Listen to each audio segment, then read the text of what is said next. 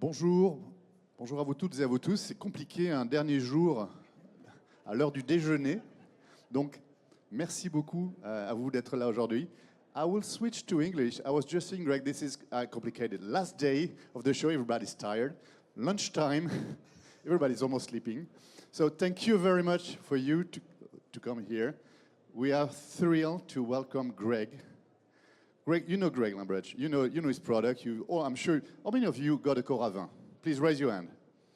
1, 2, 3. Thank you. Do you have one Coravin? Do you have one of this engine? No. So you still have a market share to, we probably have 50% market share here. It's not representative, but so we are thrilled to have Greg today. He's one of the entrepreneurs who really managed to take technology into wine and to transform the experience. So, Greg, we're probably going to sit, and I'm going to throw you tons of questions. Have at it. How about it? We have 45 minutes, and I think we're probably going to test something new, which is super exciting. Sure. Have a seat. Thank you, sir. First question. I mean, everybody knows you. Everybody knows your story. But how will you introduce yourself? Hi, I'm Greg Lambrecht. I'm the founder and inventor of Coravin. And I am also a medical device inventor developer. I work on spine surgery. So either if you have back pain or you're wanting a glass of wine, I'm happy to help. Founder and inventor. So you're not a businessman. You're not an entrepreneur. I am an entrepreneur. The difference between an inventor and an entrepreneur was explained to me by a friend. He said an inventor comes up with one device. An entrepreneur is somebody who uses that device to change the world. And so some inventors are very satisfied to have made the first of one thing, and they're excited and they move on. But really the thing for me is to have the products that I create positively influence as many people as possible. So I only work on things that have a positive influence. I don't want to destroy an industry. I only want to expand it. So with Coravin, I'm not asking you to never open a bottle. I open them at home still too. But there are all these situations where a glass is the perfect thing. And so I wanted to expand the ways that wine is enjoyed, served, and sold. And in medicine, I am trying to extend life that has a good quality of life. And so those are the two halves of my life. And of course, wine is a big part of the quality of life. So. And this is absolutely unique. I mean, you have a very unique position, being able to work in two. So you're still working in medicine environment? I still am. I spend 50% of my time at Coravin, and I spend 50% of my time at Intrinsic Therapeutics. And as my spouse tells me, and I spend no time on vacation. So I work every day. I love my work. Now just imagine if we had 100% of you working on wine, what would have been the impact? Would that be great? You're coming with something new. Yes. Can you tell us a little bit more about what is this? Yeah, so how did I spend my pandemic? I had a great pandemic. Outside of the disease, I was stuck at home and I wanted to be able to drink champagne. I wanted to be able to drink champagne by the glass in the same way that I drank still wine by the glass. I have 800 different still wines in my house that I can serve you by the glass. So I have the largest wine by the glass program in the state of Massachusetts in my home. But none of that was champagne. So I wanted to be able to explore sparkling wine in the same way that I live with still wine for the last 20 years. And so we came up over the last 8-9 years, we've been developing and testing Coravin Sparkling. And now it has changed the way that I drink sparkling wine at home. I have 6 different sparkling wines open at all times. I have a glass of champagne every day, and my spouse has a different glass. It's a freedom and a joy that I've changed my life again, like with the original Coravin. So I get to serve you a glass. Yes, sparkling is very complex. Insanely complex. I mean, it took us 8 years. 8 years. To get it right. I mean, you have Prosecco that is at 2 bar. You have California Sparkling that's at 7.6 bar. And you have champagne that's all in between. You have zero dosage, you have high dosage, you have in the middle, you have natural wine producers, you have You've got wines made of Blanc de Noir, you have Blanc de Blanc, you have wines made in New Zealand, you have sparkling wines of Shiraz in Australia. So the world of sparkling is as big, as broad, as complicated. You've got vintage champagnes from the 70s and 80s. And so how do you make one product that works with everything? And then, of course, you have different bottle designs. There are so many different neck designs that we had to work with. So our goal was to be able to allow you to serve any sparkling wine by the glass, which meant we had to fit on every bottle. And even just the mechanical fitting of the system to the bottle was a challenge. So you remove the cork. You remove the cork. And then, so can we try? Can we test? Yes, I'm going to put down my microphone so I can do this. It's I'll hold on mine. it's almost one-handed, but not quite. So we have a stopper that fits on any bottle, from a half bottle to a magnum. We built in a couple of special features to the bottle. I am in the Champagne region of the show, and so I've been hearing over the course of the last couple of days, bang, bang, as they take their stopper off. So we built in a system to allow it to be quiet, to release the pressure. You just press. So you can depressurize very easily, so it doesn't pop. We then have a handle that you open. It's done. And I pour. So I'm pouring at a distance, and I'm a terrible sommelier. I apologize if I spill. So this is a bottle we opened quite a few days ago. We're down to the last glass. You simply place it on top like so. And done. And done, except we want to protect the perlage. Yep. So we developed a charger that uses pure CO2. It has a little indicator. It's set to about 4.2 bar. And so you press down, you'll see the indicator change from green to red as it charges. And when it gets to full, green again, you're done. Done. And the wine lasts for at least 1 month. Wow. I'm actually opening my first 1-year sample when I go back to Boston. Wow, amazing. I mean, that deserves a big round of applause. Thank you very much. For you. And we get a glass of Rar champagne. We need to, so I want to taste that. I think this is Rar 2013. Lovely stuff. Yeah. Nice. It's bubbly. It's bubbly, absolutely bubbly. Cheers, my friend. Congratulations. Thank you very much. Thank you. Wow, so that's another new product. I happened to pass by your booth, and I saw also a big machine, very, very sexy, very well designed. Thank you. What is it? So we're always trying to innovate at Coravin. We started with Timeless, with a needle that goes through the cork and displaces wine using argon to allow still wine by the glass at home, in the restaurant, and at the winery. We've now moved to sparkling. I want to see the same thing with sparkling. I was just at a wonderful wine bar, Apéro, near Place de Madeleine yesterday, and they had 200 wines by the glass, but only 2 sparkling. And so I would like to see 10, 15 sparkling wines, champagnes by the glass in any restaurant. They should be able to serve you whatever you want by the glass. And so for us, we've realized what we've been doing is we have been separating the amount of wine you consume or buy from the volume that it is sold to you. So they sell it to you in 750 milliliters, but you drink it by the glass in the end. And so I think the last step is really to make wine available for sale in the quantity that you want to purchase.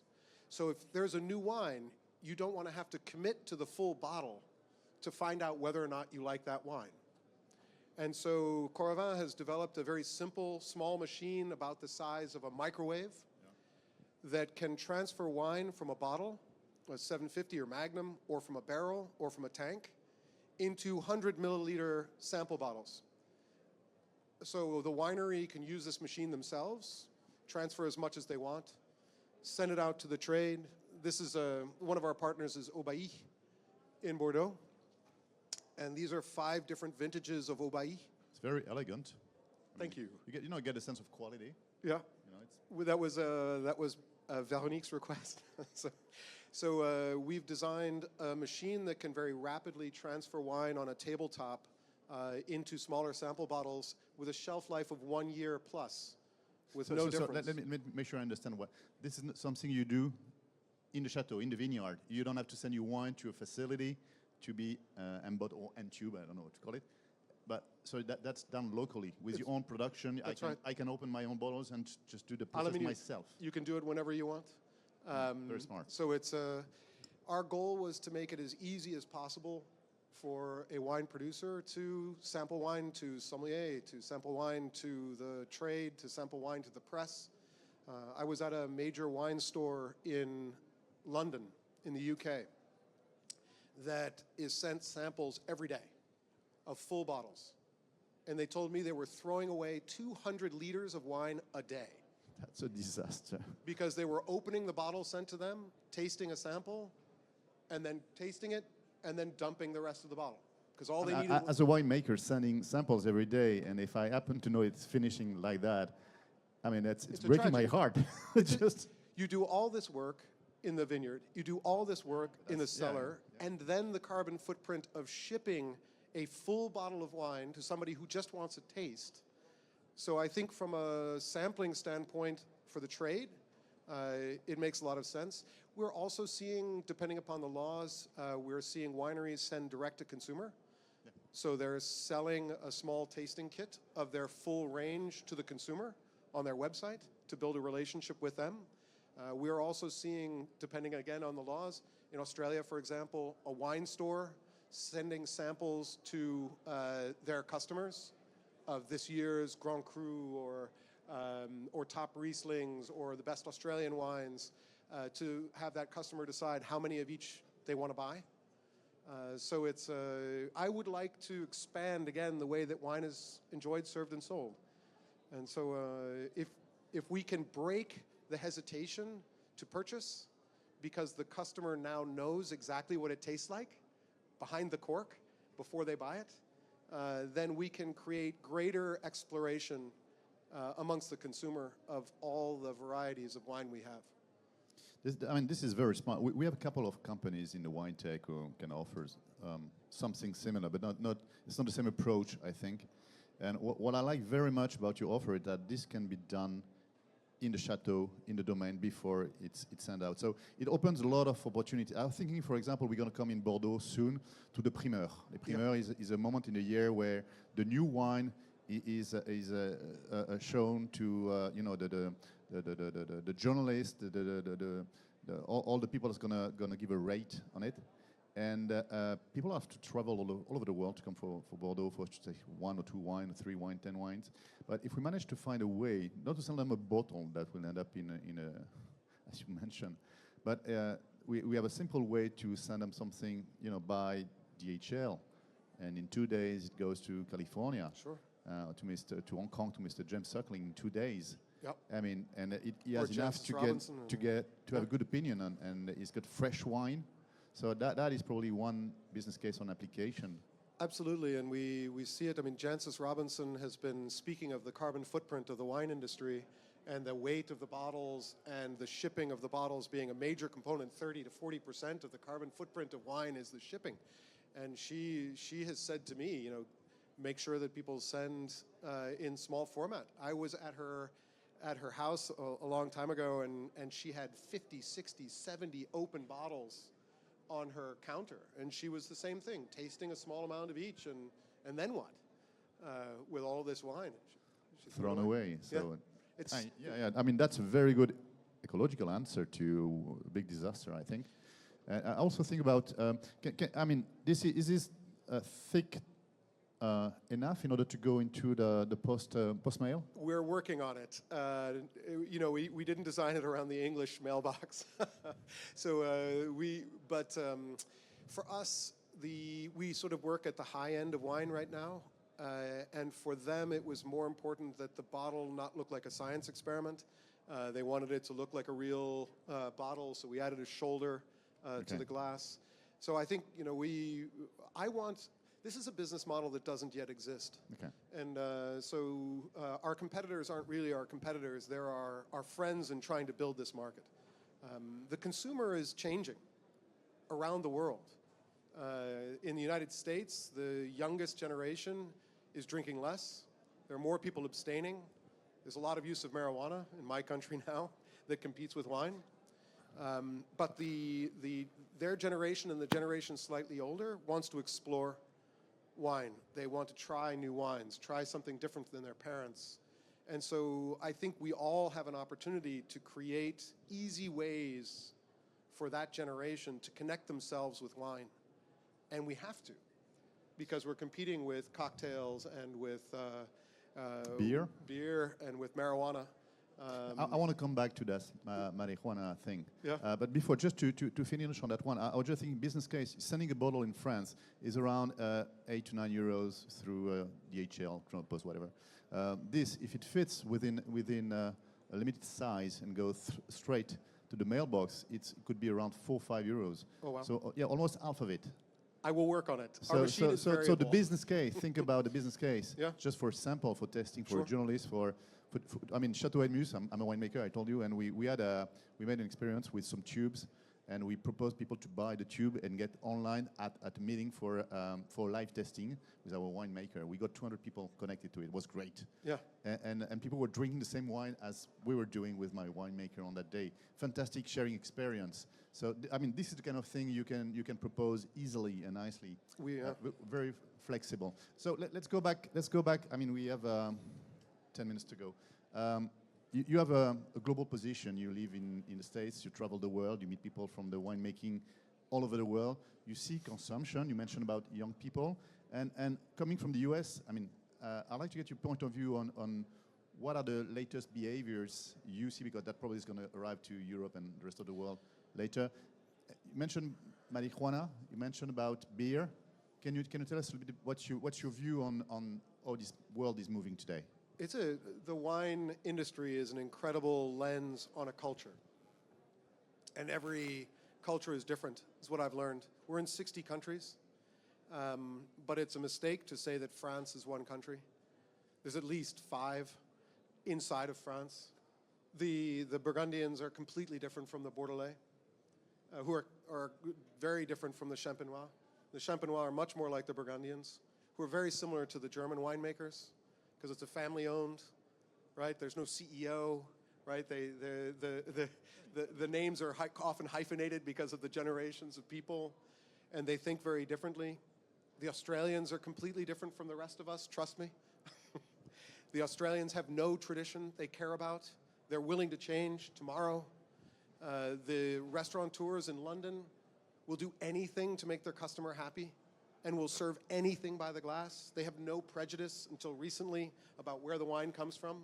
Now they have a prejudice toward English wine and English sparkling, but before they will drink wine from anywhere in the world, whereas in different regions of France, you're drinking the region of France in the restaurant, right? Because so many great wines are made there. Why drink outside? So there's different mentalities in each of these countries. In the United States, we obviously spend more on a bottle of wine than almost anywhere else in the world. I have shocked many Champenois about the cost of their wine in the US relative to what it is here. What sells for €32 here is $120 in the United States. And why is that? It's because of the sommelier in New York. If the sommelier in New York believe in your wine and they mark it up, people set a value to it. They control, New York largely controls what the rest of the United States drinks from outside of California, right? California controls California. And another country. Exactly. Yeah, we're at least 5 countries as well in the US. Marijuana has become more and more legal in the United States, and the younger generation is experimenting with marijuana beyond anybody else, and so their drinking consumption has dropped. Also, the health concerns about alcohol in general. It was published in Canada, so it's had an effect from our northern neighbors into the younger generation, who's very health conscious. And so we see a decline in consumption in the younger generation relative to the... But we have that in Europe as well, and marijuana is not it's not legal at all. Yep. So, but do you think there is a shift from one to another? Would you see it like that? I think it's temporary. I think there's, when anything illegal is now legal, there's a big experimentation. I think people will come back to wine, but it's not because we are passive in the wine industry. We need to be active in the wine industry to attract this younger generation to reasonable consumption of wine. Anything in excess is dangerous. Drinking wine in excess is dangerous. But it's in sugar, salt, sugar, whatever. salt, alcohol. But yeah, sugar, exactly. So if you, at Coravin, we've navigated this because we can also work with wine in moderation. We serve by the glass. There's no pressure to finish this bottle. I love this bottle, but there's no pressure to finish it. I can drink it today, or I can drink it in a month or 2 months.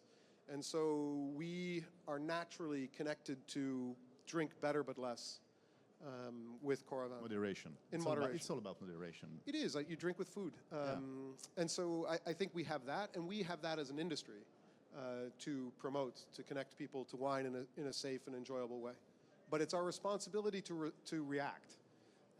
If we just sit back and do nothing, the wine industry will decline because other things are not passive. Marijuana is not passive in the United States. It's very active. Marketing budgets. Huge amounts of money being invested. Yeah. It's becoming cool.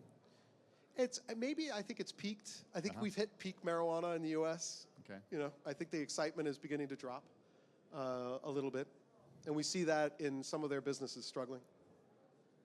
I just want to go back a little bit about the by the glass, because mainly this is what you created, and if you look at restaurants, by the glass is a fantastic opportunity. Margin-wise, this is great. I've heard many times that the first glass of wine should pay almost the price of the bottle, give you a sense of then the margin. But then, of course, if the rest of the bottle is wasted because it's champagne and after 2 days it's no more gas, so then you're offering a new perspective, you know, that probably to then reduce the price and so more by the glass. So I wish we can see more by the glass and more by the glass of great wines, not only 5-10 euros wines, but you know, if I have only one glass to choose for lunch, and maybe I would like to have a Aubailly, and maybe I will pay 15 or 17 or 20 euros, but that's an amazing wine. And one glass is good enough. So I think we should encourage for the great wines, fantastic wines, to have probably even small glasses. It's a big movement for us. So Coravin is an implied change in behavior. If I talk to a consumer, the number one thing they say to me is, I don't need that, I finished the bottle. I finished the bottle. I don't have to worry about this. And what I say to them is, imagine you could have a glass of champagne, a glass of white Burgundy, and a glass of Rhone on a Tuesday. And your spouse could have 3 different wines. Maybe she has a rosé sparkling, or rosé champagne, and maybe then she has a Riesling from Alsace, and then maybe she has a Bordeaux. You can have 6 different wines on a Tuesday and put all those wines back and drink them whenever you want. It's not the finish the bottle thing. There's 400 years of tradition of pulling the cork and finishing a bottle. Do you know why it is 750 milliliters? Because that was the lung volume of a glass blower on the south coast of England in the 1600s.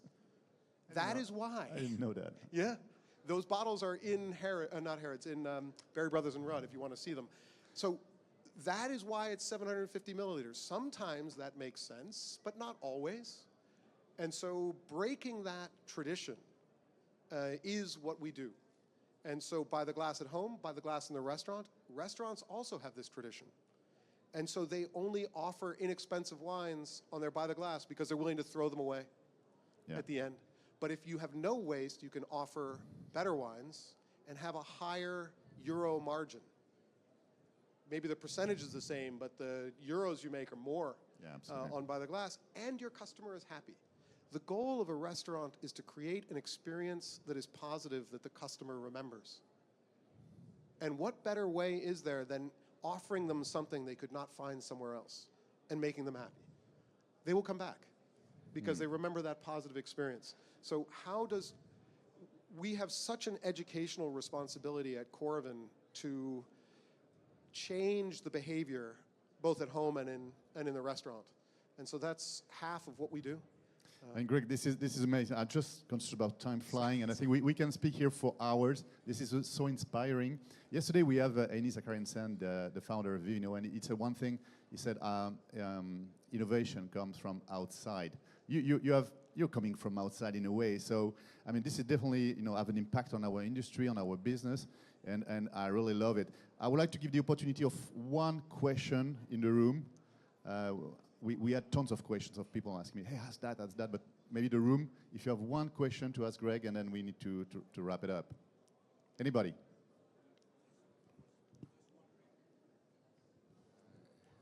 Hello, sir. Nice to meet you. Nice to meet you, sir. Thank you, and thank you for all what you did for us.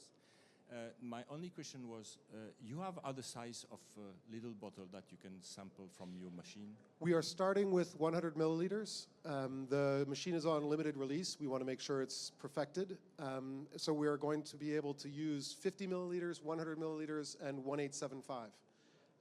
So we'll be able to make 3 different sizes in the same machine. Greg, thank you very much. We're on time. So inspiring. Big round of applause for Greg. Thank you. Thank you very much. It was a pleasure.